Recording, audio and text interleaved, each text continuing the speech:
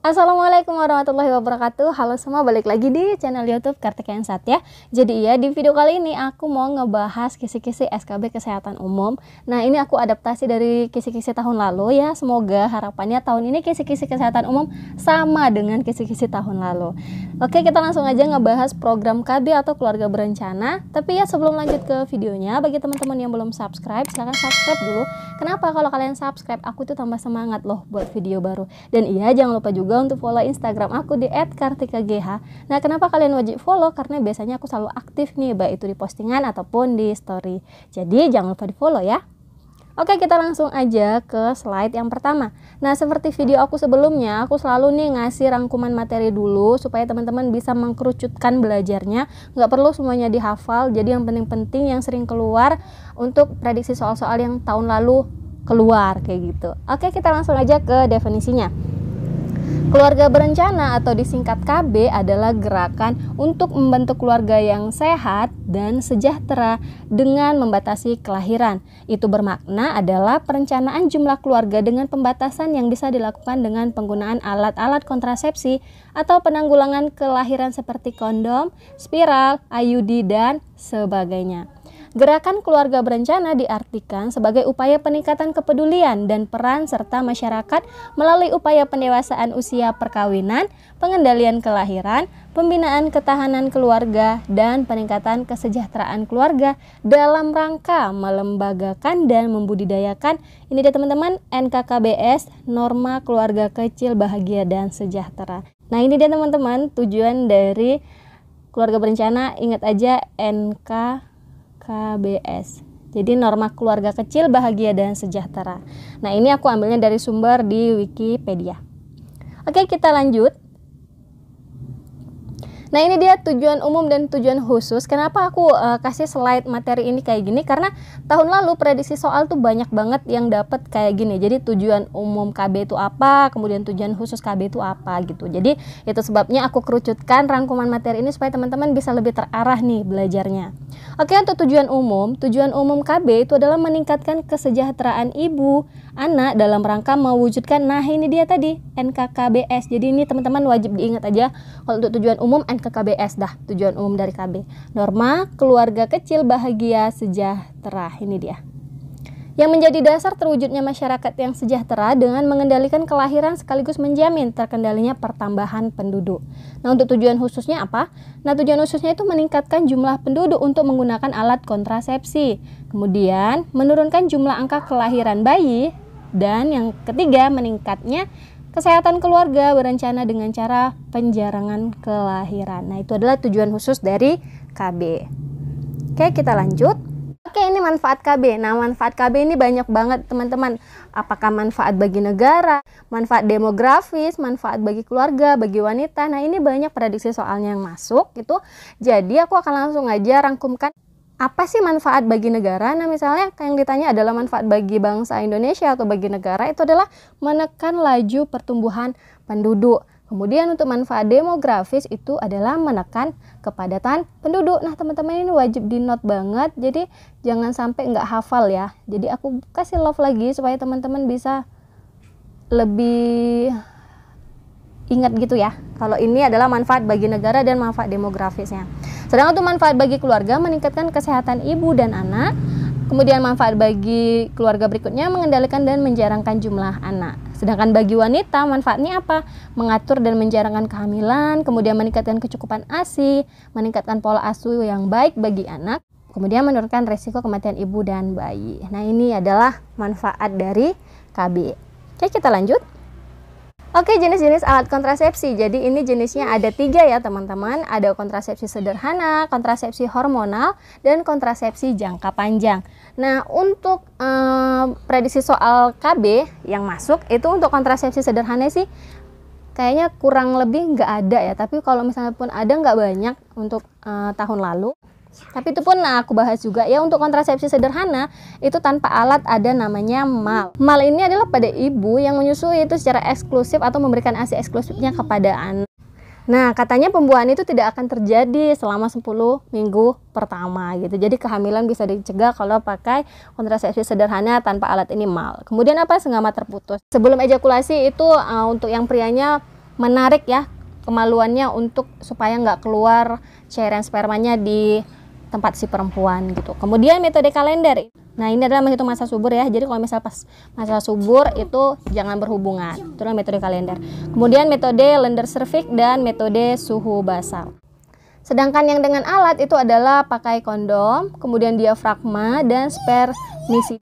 Kemudian kita lanjut ke kontrasepsi hormonal. Nah, ini yang pertama adalah pil kombinasi. Nah, kalau untuk pil KB itu ada dua jenisnya ya. Ada pil kombinasi dan ada pil progestin atau mini pil.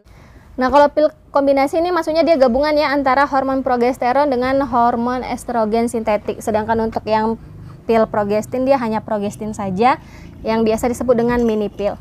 Aku mohon maaf ya kalau agak ribut anakku. Anakku ikut merekam di sini. Oke, kita lanjut. Kemudian yang kedua untuk kontrasepsi hormonal itu adalah suntik kombinasi. Nah, untuk suntik kombinasi itu adalah suntik 1 bulan ya. Ini suntik 1 bulan. Untuk tulisannya gimana? Kalian udah bisa kebaca nggak sih? Karena kemarin aku pakai yang warna merah, katanya banyak yang nggak tahu. Dan misalnya untuk saran juga, teman-teman, misalnya nggak kelihatan tulisannya, teman-teman bisa naikkan nih kualitas videonya jadi 720p ya kalau nggak salah itu. Jadi yang paling tinggi itu pasti otomatis nampak. Karena kalau aku buka video aku sendiri juga pakai kualitas yang tinggi kelihatan kok tulisannya. Tapi kalau misalnya teman-teman pakai kualitas otomatis itu biasanya iya agak kabur sih untuk tulisan yang coret-coret aku ini. Oke, kita lanjut untuk pil progestin. Nah, pil progestin ini adalah mini pil ya yang biasa disebutkan. Itu kerjanya hampir sama sih, mencegah implantasi dan mengentalkan lender serviksnya dan juga mengganggu itu pergerakan dari tuba supaya membatasi gerakan transportasi spermanya. Kemudian suntik progestin ini masuk dalam kontrasepsi hormonal juga. Nah, suntik progestin ini adalah suntik 3 bulan ya. Oke, di sini aku tambahkan aja. Ini adalah suntik 3 bulan.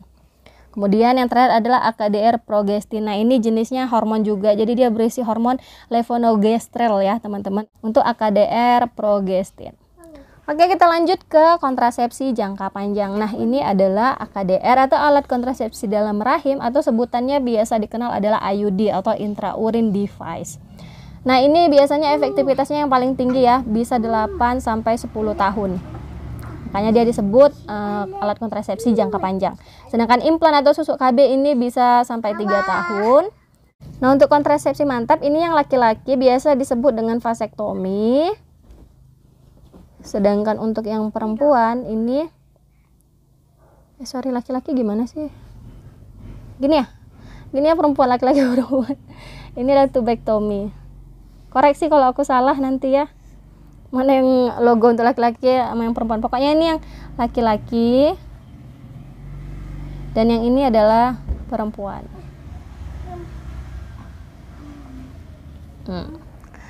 Oke, udah. Itu adalah jenis-jenis alat kontrasepsi. Aku mohon maaf banget kalau misalnya ada tambahan suara-suara karena aku merekam sambil jaga anak. Jadi kalian harap maklum. Oke, kita lanjut ke slide berikutnya. Ini adalah rangkuman aja sih sebenarnya, tapi aku aplikasikan dalam foto supaya teman-teman bisa lebih mudah aja memahaminya. Nah, yang pertama adalah IUD. Ini adalah alat kecil yang dipasang dalam rahim. Ini bentuknya kayak T gitu ya, teman-teman.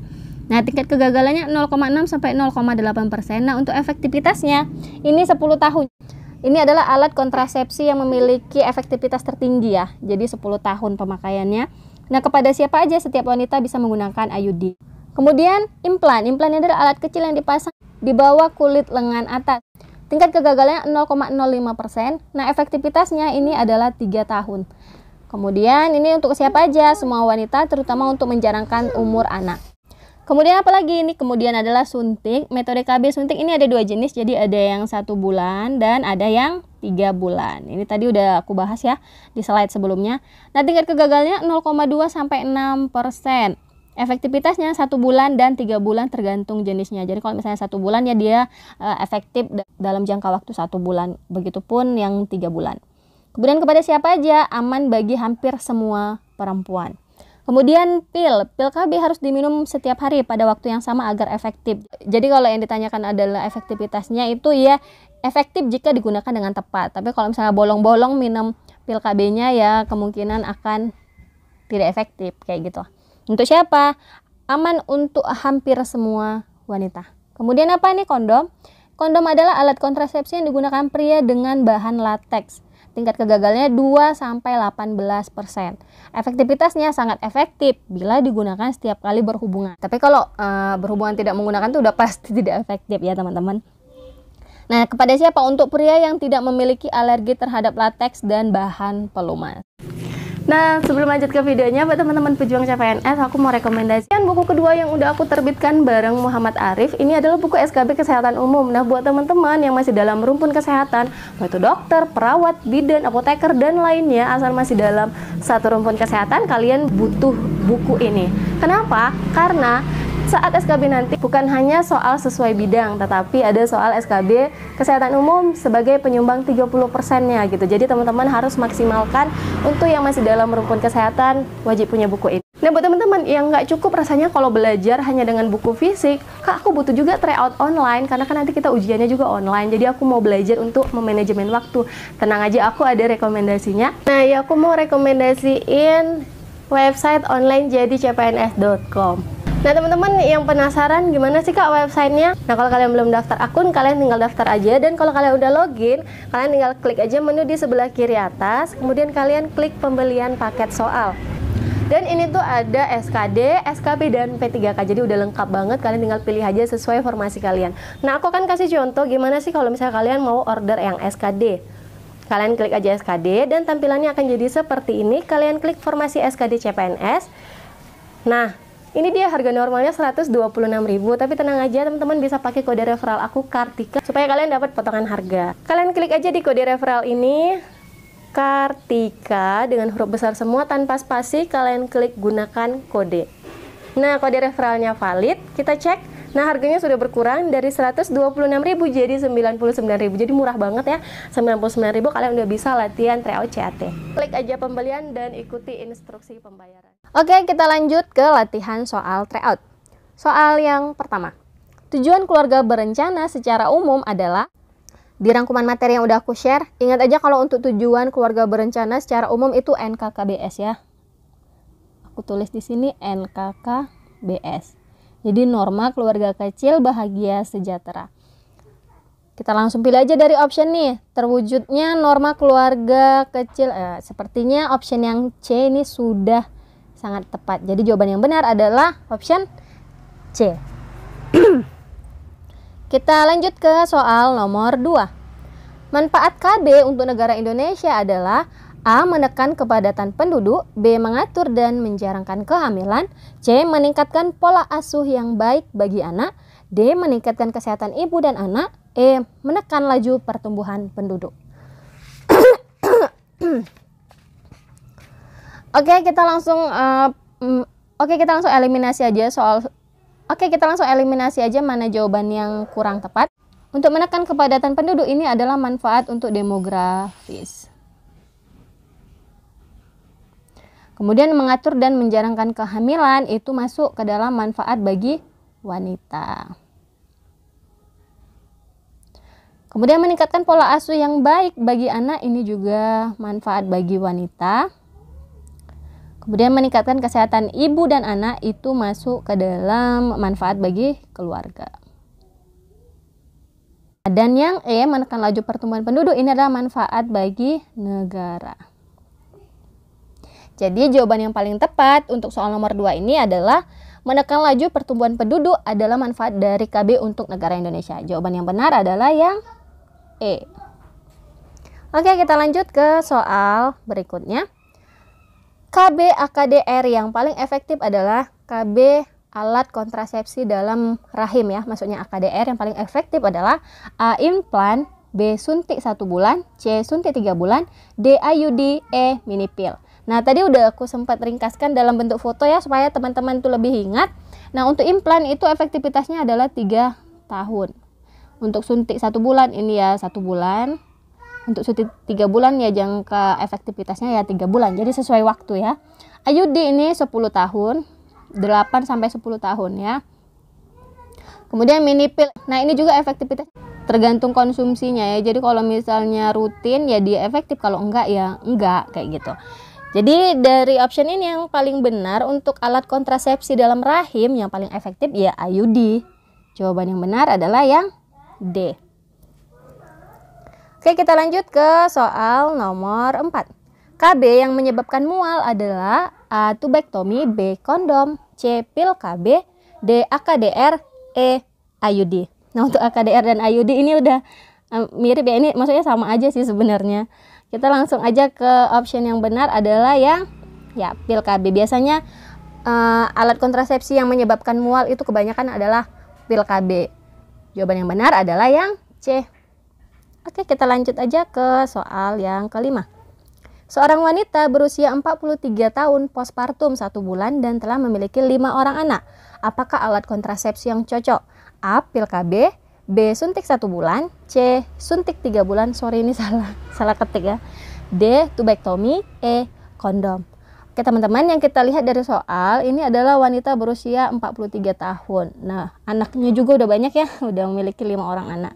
Jadi yang cocok itu adalah yang tubektomi. Jadi tubektomi ini masuk ke dalam alat kontrasepsi mantap, dia jangka panjang gitu. Apalagi ini umurnya udah 43 tahun. Biasanya kalau untuk ibu-ibu yang udah umur di atas 30 atau 35 tahun, itu udah pasti memilih alat kontrasepsi yang untuk berhenti, untuk nggak hamil lagi gitu. Jadi jawaban yang paling tepat adalah yang D. Oke teman-teman, kayaknya itu aja dulu yang bisa aku share ke kalian. Semoga ini bisa bermanfaat untuk teman-teman yang masih cari tahu nih gimana sih soal-soal untuk SKB Kesehatan Umum khusus program KB. Nah, ini dia udah aku rangkumkan dalam bentuk materi dan soal. Oke, kalau misalnya kalian suka sama channel aku, jangan lupa untuk subscribe. Oh ya, sebentar lagi aku mau OTW 100.000 subscriber. Aku harap teman-teman kawal terus aku sampai nanti aku bisa dapat 100.000 subscribernya. Jadi jangan lupa untuk subscribe, ada tombol merah di bawah, kalian tinggal klik aja, terus kalian like video ini kalau kalian suka, dan share ke seluruh sosial media yang kalian punya. Makasih yang udah nonton, see you next video. Assalamualaikum warahmatullahi wabarakatuh, dadah.